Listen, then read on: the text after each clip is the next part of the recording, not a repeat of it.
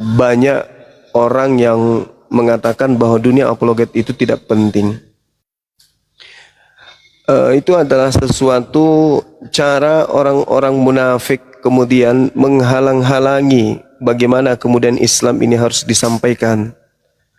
Yang pertama yang perlu dipahami sahabat-sahabat, kenapa kita ini kudu wajib kemudian berapologet dalam hal ini membela akidah Islam. Mereka senantiasa selalu mengatakan begini, kenapa sih Allah itu harus dibela? Padahal dengan mereka mengambil apologet Kristen, itu sama halnya mereka sedang membela kemudian Tuhannya. Ya sama seperti kita kemudian, kita menggunakan istilah apologet itu untuk menyatakan diri bahwa kita ini adalah pembela agama Islam, yang mana Nabi sekarang ini tak ada. Nabi hanya meninggalkan kemudian warisan Al-Quran dan As-Sunnah. Maka kita sebagai pengikutnya, sebagai umatnya, harus kemudian menjalankan bagaimana Al-Quran itu disampaikan kemudian kepada seluruh umat manusia. Jadi ada beberapa hal ya sambil kita menunggu teman-teman Kristen. Yang pertama, seruan Allah kepada kita orang-orang Islam ini. Apa kata Allah? Alladzina amanu yuqatiluna fi sabilillah. Orang-orang beriman itu kudu berperang di jalan Allah. Orang beriman nih. Bukan menghalang-halangi orang untuk menyampaikan kebenaran risalah Al-Quran. Bukan menghalang-halangi manusia dengan berbagai macam tuduhan dan fitnah. Mencari koin, mencari popularitas, mencari donasi dan seterusnya. Dulu, kita para apologet ini, orang masih asik aja mencari, menjajaki kehidupan duniawi, mengejar kehidupan duniawi. Disibukkan dengan hiruk pikuknya kehidupan di atas muka bumi ini. Kami yang para apologet di Facebook mau dapat apa? Kita sudah jalan di Facebook, merambah ke grup-grup yang menghina Al-Quran, menghina Islam. Di sana ada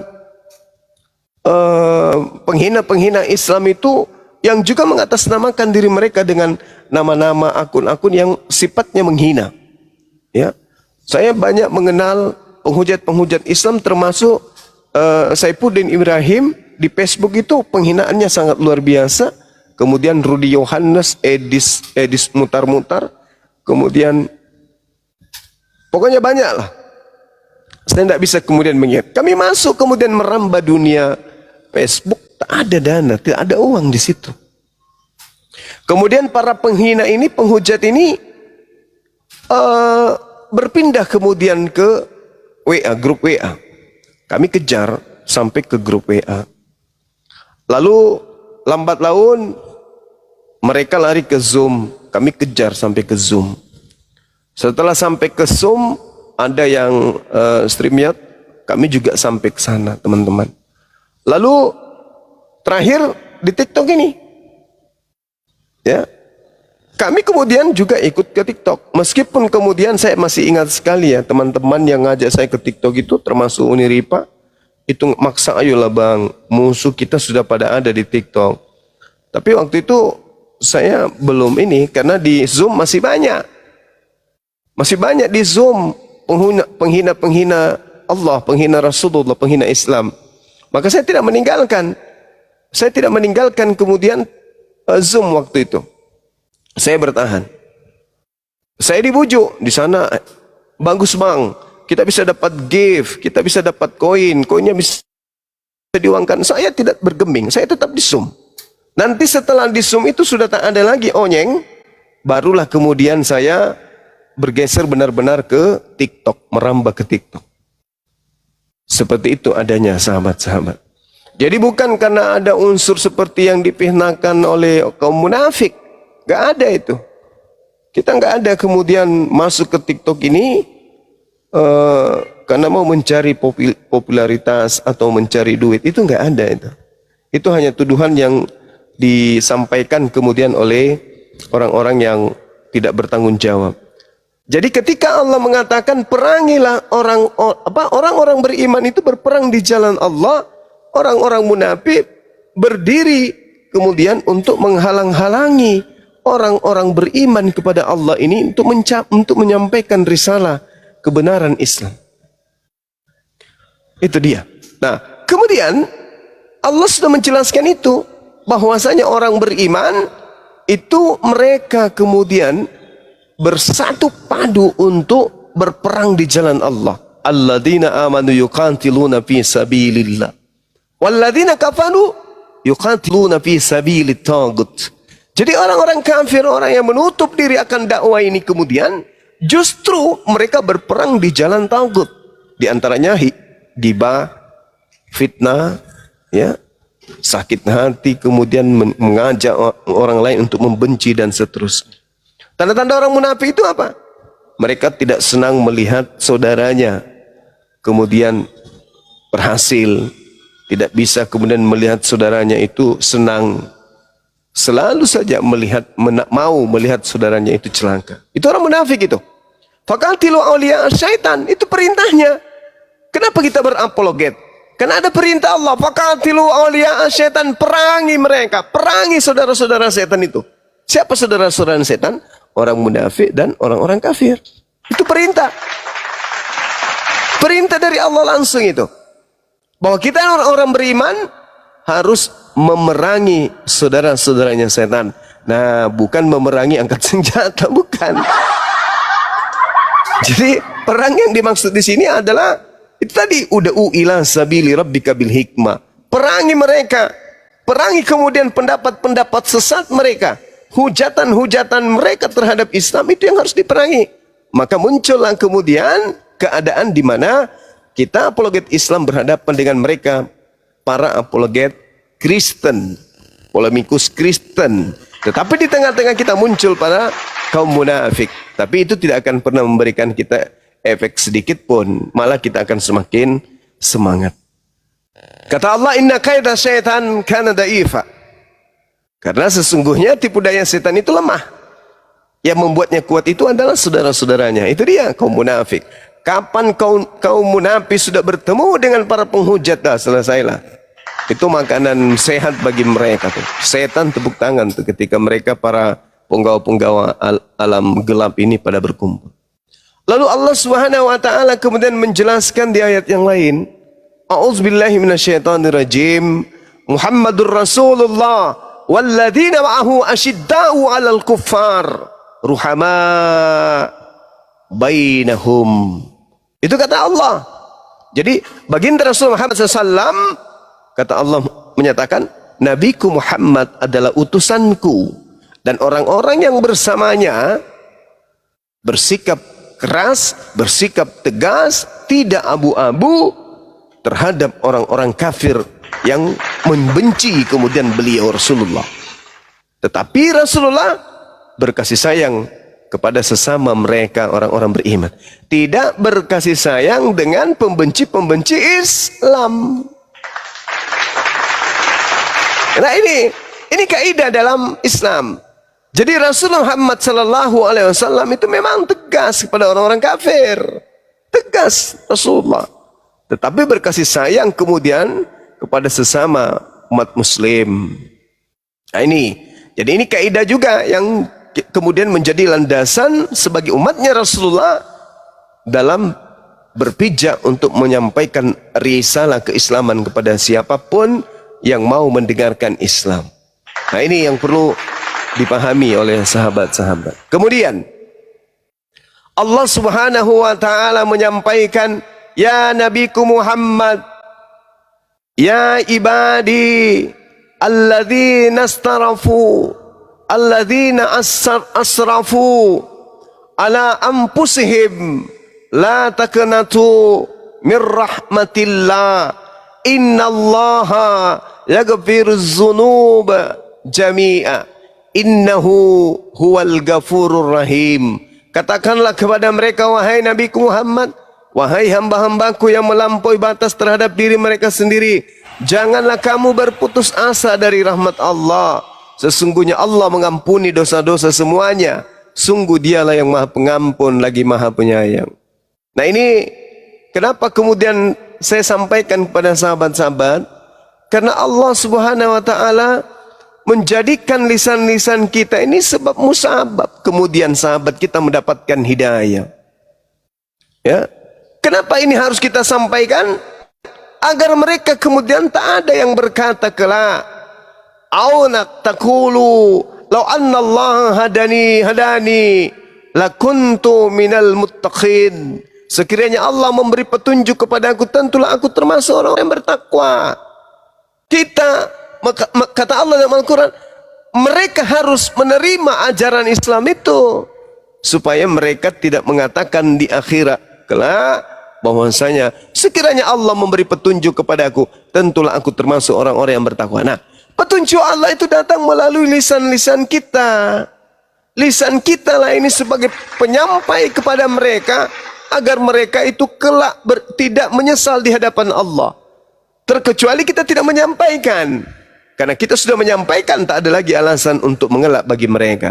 Au taqulahin taral azaba law anna li qarrah fa akuna minal muhsinin. Atau agar jangan ada yang berkata ketika melihat azab neraka, sekiranya dulu ketika hidupku di dunia aku dapat kembali seperti hidupku di dunia, tentu aku termasuk orang-orang yang berbuat baik. Nah, ini tugas kita untuk menyampaikan Islam. Tugas kita untuk menyampaikan keselamatan itu. Jadi kita nggak boleh diam. Orang semuanya menginginkan keselamatan itu. Maka tugas kita adalah sebagai penyampai Rasul Muhammad sallallahu alaihi wasallam. Kita ditugaskan oleh Allah untuk menyampaikan itu. Perintahnya jelas kok. Kita mau kemana untuk tidak menyampaikan ini? Nah, kata Al-Quran, Qul ya ahlal kitab ta'alau ila kalimatis sawa bainana wa bainakum alla na'budu illallah wa la nusyrika bihi syai'a wa la yattakhidha ba'duna ba'da arbaban min dunillah fa in tawallaw faqulu ashhadu bi anna muslimun. Katakanlah, ini kata Allah, wahai ahli kitab, marilah kita menuju kepada satu kalimat pegangan yang sama antara kami dengan kalian, bahwa kita tidak menyembah selain Allah dan kita tidak mempersekutukannya dengan suatu apapun, dan bahwa kita tidak menjadikan satu sama lain Tuhan-Tuhan selain Allah. Jika mereka berpaling, maka katakanlah kepada mereka, saksikanlah bahwa kami adalah orang Muslim. Mereka orang-orang kafir itu harus bersaksi nanti di hadapan Allah bahwa kita ini adalah Muslim. Kita sudah menyampaikan risalah keislaman itu kepada mereka. Bukan mendiamkan. Kalau benci, biarin aja kita diamkan. Sama seperti ketika ada orang melakukan satu kemaksiatan. Karena kita benci kepada pelakunya, maka kita biarkan aja. Bahkan kita senang. Wah, mudah-mudahan kamu di penjara. Mudah-mudahan kau kedapat maling dan seterusnya. Itu artinya kita benci terhadap pelaku ini. Tapi Islam tidak kayak begitu. Islam melarang kita melakukan hal seperti itu. Masya Allah, syukran sahabatku. Islam melarang kita untuk membiarkan kemungkaran. Maka ini kesempatan kita. Ada ruang yang Allah ciptakan berupa sosmed, di mana kita punya peluang besar untuk menyampaikan kebesaran Islam. Jangan malah ditutup pintu itu. Jangan ditutup pintu itu. Qul ya ahlal kitab ta'alau ila kalimatin sawa bainana wa bainakum alla na'budu illallah wa la nusyrika bihi syai'a wa la yattakhidha ba'duna ba'da arbaban min dunillah. Ini perintah dari Allah. Perintah dari Allah.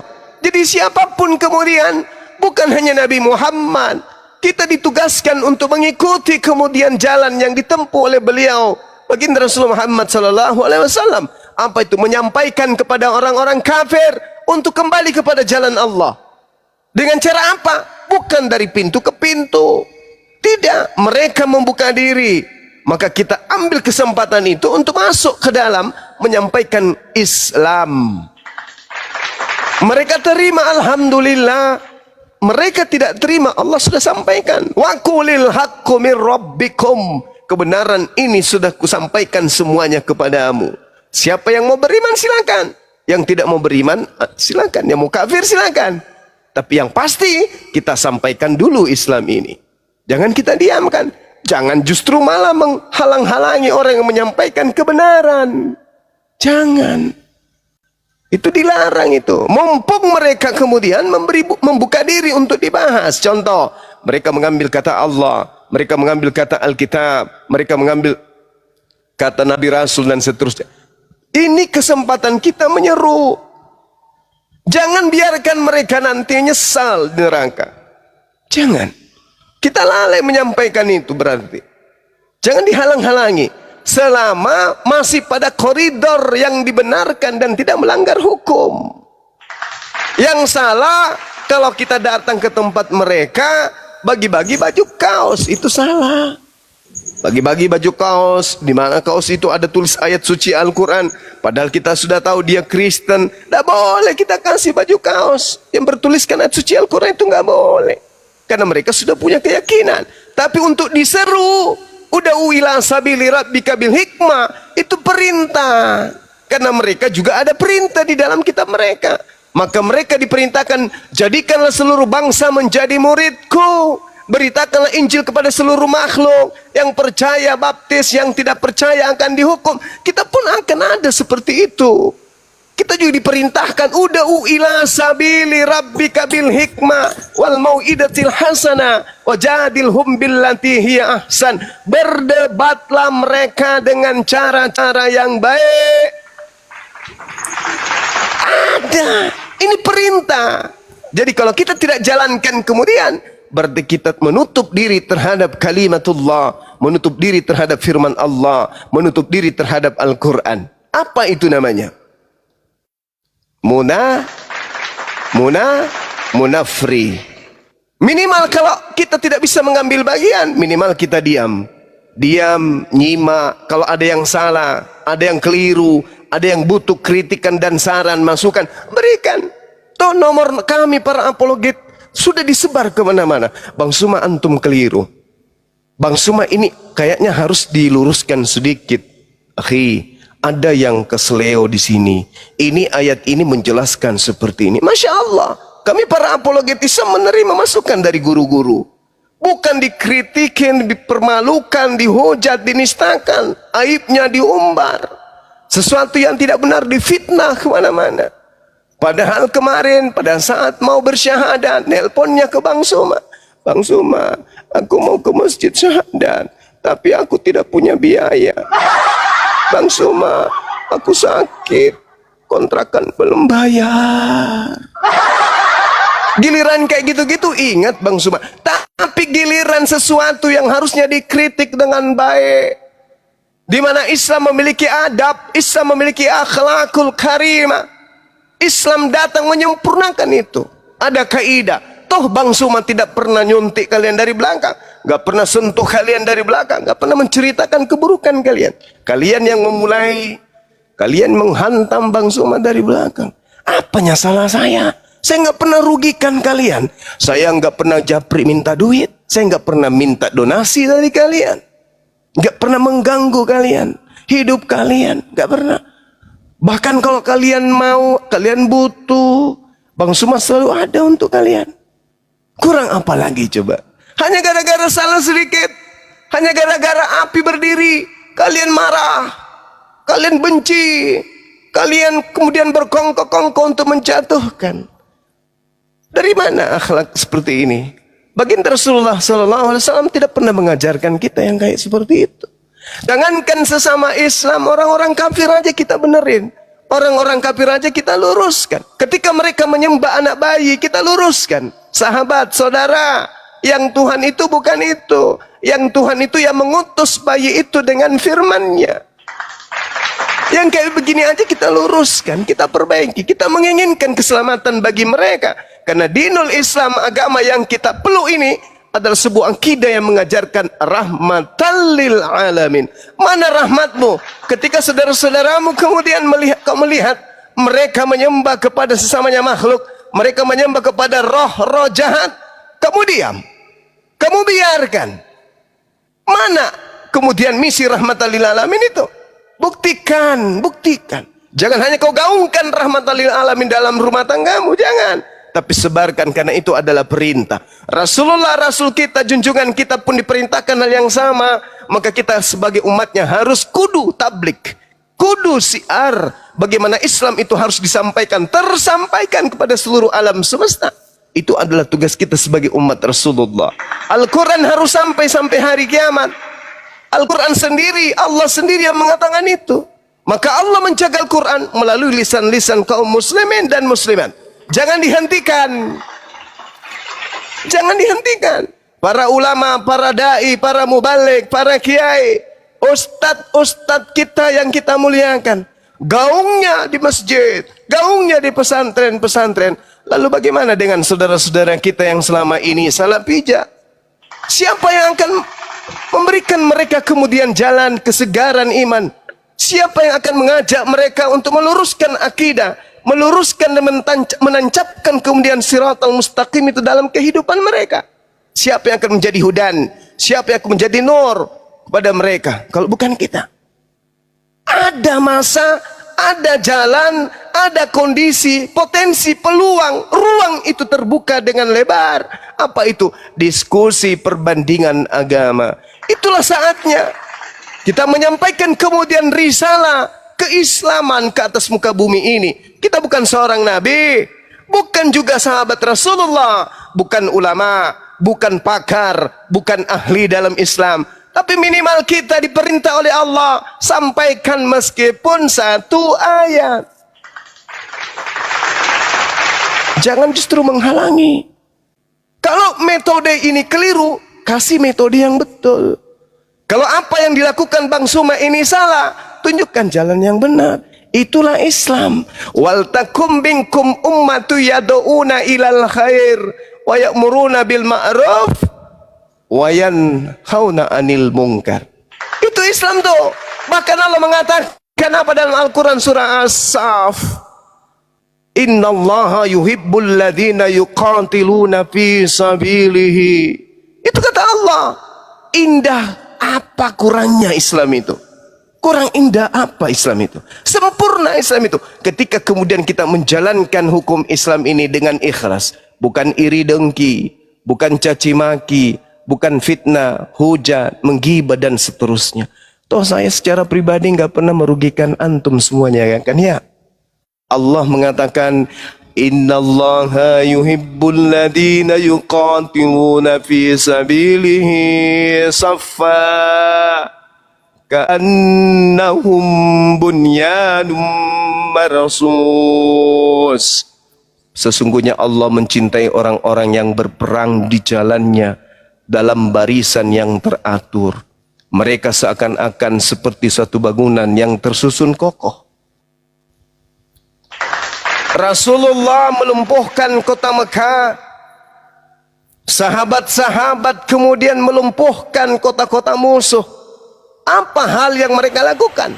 Mereka menjalankan barisan perang yang begitu teratur sehingga kata Allah, aku cinta orang-orang yang berjuang di jalanku, berperang di jalanku, seibarat barisan yang teratur. Mereka seakan-akan seperti suatu bangunan yang tersusun kokoh. Tapi ketika kemudian kita berjuang memperjuangkan akidah Islam ini, muncul orang-orang yang merapuhkan perjuangan. Benci dengan pribadi Bang Suma tinggal nelpon. Seperti biasa kalian menghakimi, membuat grup WA, undang Bang Suma di dalamnya, kalian hakimi rame-rame. Itu udah pernah terjadi bukan? Udah pernah terjadi. Kenapa enggak dilanjutkan itu? Ketika Bang Suma salah, diindikasikan kemudian menyamah-nyamahkan Tuhannya umat Islam dengan Tuhannya Yahudi. Kalian keberatan kemudian karena saya mengatakan Eloa Abraham, Eloa Ishak, Eloa Yakub adalah Allah yang berfirman kepada Nabi Ibrahim, Ishak dan Yakub. Kalian marah kemudian, kalian tidak terima Rasulullah Muhammad SAW, saya katakan seorang penghibur yang ada di dalam kitab mereka. Kalian tidak setuju ketika saya mengatakan kalau yang mereka sebut Yod-He-Vav-He Adonai adalah yang disembah Nabi Musa, maka saya katakan ketika Nabi Musa berkata wa isqala Musa liqaumihi ya qaumi lima tu'sunani wa qad ta'lamuna anni rasulullahi ilaikum, Allah yang dimaksud di situ falamma zagu azagallah qulubahum wallah la yahdil qaumal fasiqin. Allah yang dimaksud oleh Nabi Musa adalah itu yang mereka sebut Yod He Vav He Adonai Elohim. Kalian marah, kalian dengki, kalian naik pitam, kalian bikin grup WA menghakimi Bang Suma laki perempuan. Anak terima bukan? Saya nggak protes kan? Saya datang di tengah-tengah kalian minta maaf, maafkan saya. Ini disiplin ilmu yang saya punya. Saya mengimani dan saya percaya itu dan saya pertanggungjawabkan. Kalaupun ada yang salah, saya minta maaf. Tapi bolehkah saya mengajukan satu pertanyaan kepada Tuan Guru semua yang hadir di sini? Saya kala itu kalau mereka dengarkan pasti mereka ingat. Pertanyaan saya, punten tabe, mohon tunjukkan di dalam kitab mereka atau kitab Torah yang ada di dalam Quran yang kita maksud.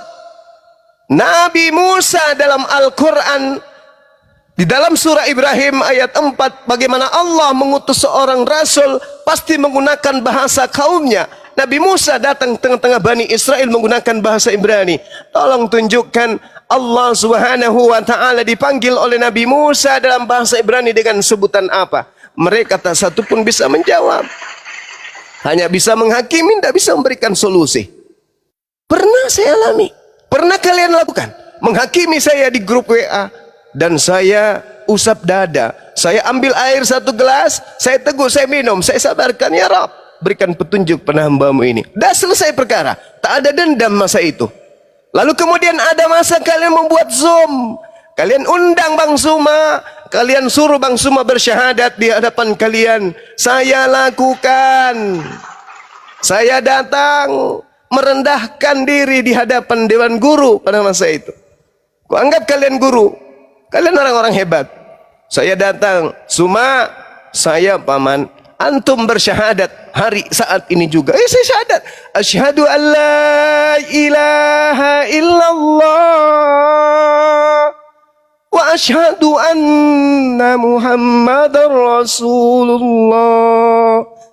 Saya syahadat di hadapan kalian. Katanya saya akidahnya sudah miring. Ada yang keliru antum ini katanya. Karena kamu menyamakan Nabi Muhammad dengan Allah. Padahal orang sana nyebut Allah itu bukan kepada pencipta langit dan bumi yang kita sebut Azza wa Jalla. Tapi mereka nggak paham dunia apologet. Mengerti tentang Allah, tapi mereka tidak paham tentang dunia, medan tempur, akidah antar Islam Kristen dalam hal materi perdiskusian. Mereka nggak paham. Mungkin pernah belajar mantik, tapi nggak sampai kepada bagaimana dia berfilsafat, bagaimana ilmu kalam umum. Kemudian mereka sampai ke sana. Sekiranya mungkin itu yang menyebabkan saya datang, saya bersahadat, tak ada masalah masa itu. Lalu kenapa saat ini begitu Bang Suma di mana-mana diberi koin, di mana-mana dikasih panggung. Saya nih sahabat-sahabat bulan Januari ini kalau saya penuhi undangan, Masya Allah, undangan saya itu bertaburan. Di Bandung, di Jawa, di Sumatera, di Aceh, di Batam baru-baru ini, kemudian di Sulawesi Selatan ini, di kampus Unismu, di kampus ini, di mana-mana. Bahkan peresmian kantor-kantor pemerintah saya diundang untuk bacakan doa, saya nggak hadir. Ya, penyematan apologet terhebat, tersohor, terpintar, tercerdas yang dilaksanakan oleh organisasi besar, saya nggak hadir. Karena saya nggak mau nyakitin hati kalian. Nanti kalian semakin marah. Baru-baru ini dua hari yang lalu saya ditelepon sama staf menteri langsung. Bang Suma, siapkan waktu, kita akan undang antum untuk mengadakan tausiah di acara kementerian. Saya terima. Tapi saya katakan saya bukan ustadz. Saya hanya penginjil jalanan. Gak layak rasanya orang kayak saya hadir depan orang-orang hebat. Itu kalau saya mau, udah lama saya, tapi saya nggak ingin itu terjadi. Cukuplah kemudian saya merambah akar rumput di bawah. Ya, karena itu akan membuat orang-orang yang benci kepada Bang Suma mati dengan sendirinya. Kasihan. Ada anaknya, ada istrinya, dia nanti mati konyol, mati kaku di depan HP. Saya tidak menginginkan itu terjadi. Untuk itulah kemudian sahabat-sahabat, yuk mari kita semangat. Apa kata Allah?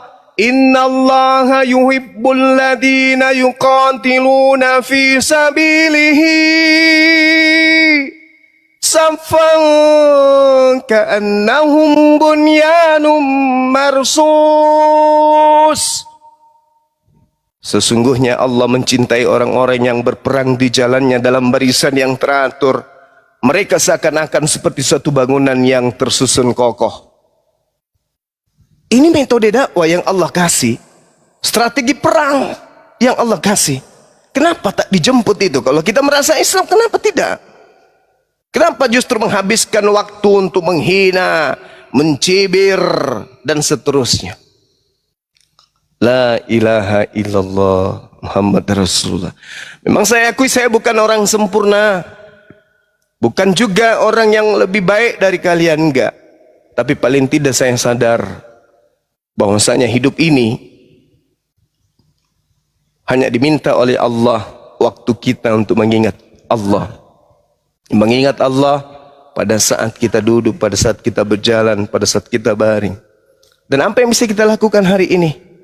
Kita mau berdakwah di masjid, sudah ada ustadz. Kita mau mendaftar jadi dosen, sudah banyak lulusan terhebat di luar negeri. Lalu apa yang bisa kita lakukan? Ya seperti ini, berapologet, membela akidah Islam di sosmed. Kenapa? Karena orang sekarang ini ya dengan cepat menerima informasi melalui sosmed. Maka orang-orang yang memiliki misi untuk pendangkalan akidah umat Islam, kita harus halau melalui sosmed. Kalau nanti mereka pindah di dunia nyata, kita pun akan turun di dunia nyata. Seperti itu sobat-sobatku. Jadi cobalah direnungkan ya sahabat-sahabat pembenci-pembenci ini. Ada informasi yang baru-baru saya terima bahwa orang ini ternyata kalau diminta sholat, apa kata dia? Titip katanya. Yuk sholat yuk, titip ya. Itu kata dia. Udah jarang sholat. Kalau diajak sholat katanya, dianya malas.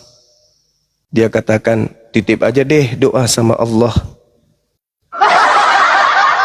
Na'udzubillah tsumma na'udzubillah. Padahal tampilannya, mulutnya ketika mengkritik, ya terjawablah doaku. Ya Rabb, kasih petunjuk samaku. Ada hal apa, dosa apa yang ana lakukan gitu loh. Sampai orang-orang kayak begini ya bersusun berkongko-kongko mereka menyerang pribadi Bang Suma. Ada apa ya Rabb?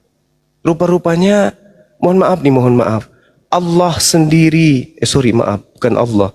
Hamba Allah sendiri yang kemudian datang menyerahkan diri kepada ana, kemudian beliau mengatakan, saya ingin bersaksi tentang orang tersebut Bang. Saya orang dekatnya. Dan asal abang tahu, saya sama dia nih, dia itu jarang sholat. Jarang sholat. Bahkan kalau saya ngajak sholat, itu dia mengatakan bahwasanya titip aja sholatnya. Bahkan dia, kata teman ini, kiblat sudah dikasih tahu, arah kiblat itu ke sono. Tapi dia setiap kali kemudian sholat, tetap salah arahnya. Apakah ini unsur kesengajaan? Karena setahu saya, seorang mu'allaf itu ketika sudah ditanya arah kiblat itu sholatnya mengarah ke sana, itu tidak mesti diajarin 2-3 kali. Tapi ini mulutnya tegas, keras, tidak terima kalau ini dipersamakan dengan itu, sampai ke MUI bla bla bla. Tapi ternyata untuk menentukan arah sholatnya saja harus diajarin selalu. Nah ini dia. Malah informan yang menyampaikan ke saya itu apa katanya? Dia itu nggak pernah sholat Bang. Saya jamin. Saya sudah bertahun bersama. Beliau itu nggak sholat. Saya kalau ngajak dia sholat, apa jawabannya? Nitip ya. Nitip katanya. Nah ini dia makanya.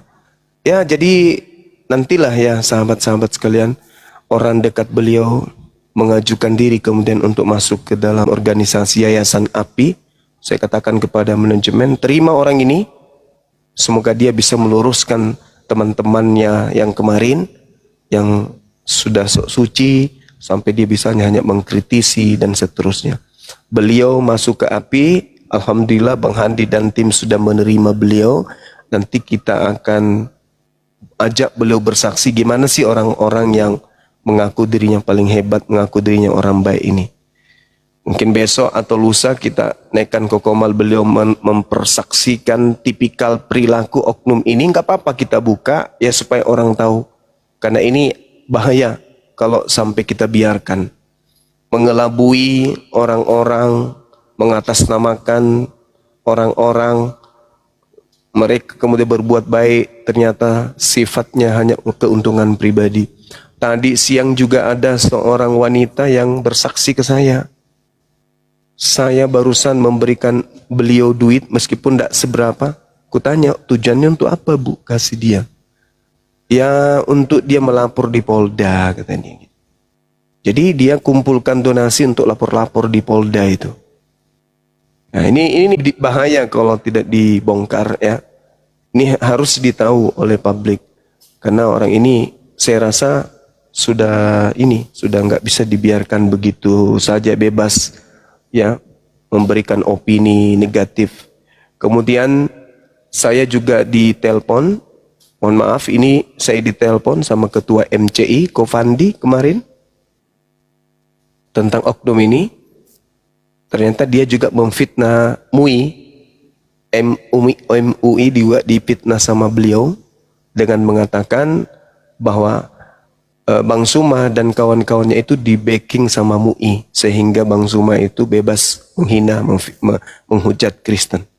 Dia memfitnah MUI yang ada di belakang Bang Suma sehingga Bang Suma kemudian berani memfitnah, menghina, menistakan agama Kristen. Itu fitnahannya sampai orang MUI juga itu sampaikan ke saya itu bohong, itu saya tidak pernah kemudian bertemu dengan oknum tersebut karena dia katakan sudah pernah bertemu dengan ustadz kita yang ada di MUI, saya nggak sebutkan namanya di sini, tapi ternyata ustadz ini setelah kita konfirmasi, rupa-rupanya ustadz ini tidak pernah mengatakan itu. Bahkan dia sampaikan juga bahwa Bang Suma itu sudah dipanggil sama MUI, sudah kena teguran dari MUI, sudah dipanggil, sudah disuratin sama MUI. Tapi Bang Suma mangkir, tidak datang ke MUI. Yang kita tanya ustadznya, yang dia sebut, wah bohong itu, mana ada pernah MUI memanggil Bang Suma, itu nggak ada. Mana ada MUI pernah menegur Bang Suma, itu nggak ada. Itu bohong semuanya itu bohong, itu fitnah. Nah makanya saya oleh Adinda Ketua MCI Kofandi kemarin minta Bang tolong berikan saya satu oknum dari API mengawal saya untuk kemudian menjembatani antara MUI dengan oknum tersebut untuk mempertanggungjawabkan tuduhannya. Jadi kalau teman-teman ada yang kemudian menyimpan rekaman video dia memfitnah MUI yang mengatakan bahwasanya API di backing sama MUI sehingga API berani menghujat, menista, tolong kirimkan ke tim kita salah satu dari API, kita akan jadikan sebagai bahan bukti untuk MUI mengambil tindakan terhadap oknum tersebut karena dia sudah membawa-bawa lembaga Majelis Ulama Indonesia. Ada enggak yang kemarin nonton beliau? Kemarin, iya betul kemarin. Ada enggak yang nonton beliau bawa-bawa MUI, kemudian ada Dinda Fandi di bawah, Kofandi di bawah menulis, begitu dia tulis bahwa saya akan sampaikan ke MUI, tiba-tiba Komalnya dirungkatkan sendiri. Ada nggak yang nonton kemarin? Nah, Dinda Pawenari ini orang Sulawesi ini. Ada nggak videonya atau rekamannya? Tolong dikirim ke tim kita, karena itu sementara diminta oleh ustadz kita yang ada di MUI. Kalau ada silakan disampaikan ke Bang Handi atau kepada tim API. Silakan, saya kira begitu ya dari saya, sahabat-sahabat sekalian. Jadi keliru ketika ada yang mengatakan larangan kemudian berapologet. Al-Quran dengan jelas menerangkan berdebatlah dengan cara yang baik. Ada perintahnya berdebat. Ya, berdebat dengan cara yang baik itu ada perintahnya dalam Al-Quranul Karim. Jadi kalau ada yang menghalangi, berarti dia menghalangi Al-Quran untuk dijalankan di atas muka bumi ini sebagai pemeluk agama Islam. Demikian sementara, silakan mungkin ada yang ingin disampaikan atau mau iklan Bang Handi, Bang Kai.